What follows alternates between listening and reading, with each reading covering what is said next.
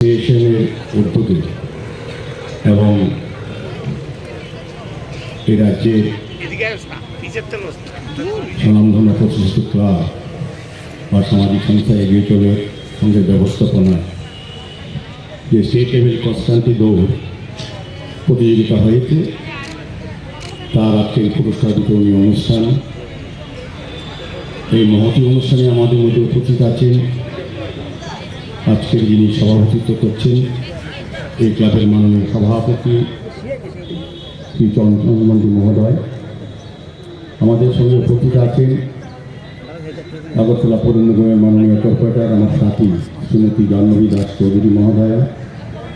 আমাদের সঙ্গে উপস্থিত আছেন Shri Tapan Bhattacharya vice president Tripura athletic association এবং মঞ্চে আছেন ত্রিপুরা রাজ্য সরকারের স্পোর্টস ডিপার্টমেন্টের সহকারী অধিকর্তা শ্রী প্রভাত কান্তি দে মহোদয়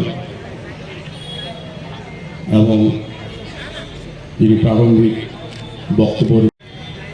আমি প্রথমেই রাজ্যভিত্তিক ক্রস কান্ট্রি প্রতিযোগিতায় অংশগ্রহণ করেছেন সকলকে বিশেষভাবে ধন্যবাদ জানাই। এই কারণে আমি বলব যেটা এগ্রিকালচার সংগ্রহ ব্যবস্থাপনায় বলা হয় তা আমি বিভিন্ন সময় দেখি যে তাদেরও উদ্যোগটাই বলবো বেশি।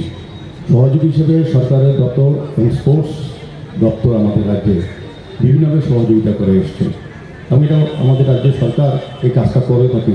যে সকল সংস্থা ক্লাব বা ব্যক্তি প্রতিষ্ঠান খেলার ক্ষেত্রে হোক বিষয় অন্য ক্ষেত্রে যখন তারা সক্রিয়ভাবে অংশগ্রহণ করেন আন্তরিকভাবে তার উন্নয়নের জন্য তখন কিন্তু সরকার তার পাশে থাকে।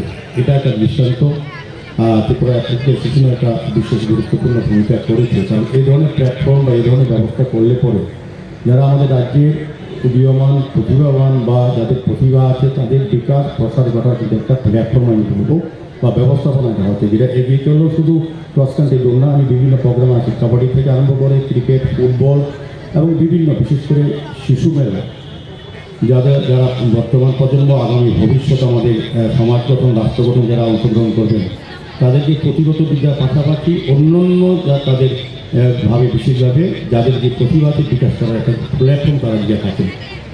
আমি বলবো যে আজকের দিনে এগ্রিকালচার সংঘকে আমি ধন্যবাদ জানাই। তারা সামাজিক দায়িত্ব সামাজিক কর্তব্য হিসেবে সমাজের প্রতি তাদের যে কাজ তারা সারা বছর ব্যাপী শুধু ক্রীড়া না সাংস্কৃতিক দিক থেকেও বলবো সামাজিক কাজেও রক্তদান তারপর স্বাস্থ্য শিবির করা বিশেষ করে দুস্থ স্টুডেন্টদেরকে তাদের সহযোগিতা করে তাদেরকে পড়াশোনা চালিয়ে দেওয়া বা অর্থের অভাবে যাদের রোগীদের পরিবারকে সহযোগিতা করা তথ্যের মাধ্যমে ওষুধের মাধ্যমে এটা কিন্তু এগিয়ে সংগ্রহ করে যেটা অপরা এখানে যিনি সেক্রেটারি অ্যাসোসিয়েশনের বা আমি বলবো যে স্পোর্টস বলবো থাকেন আমাদের স্পোর্টস দপ্তরেরও উনি একজন আধিকারিক।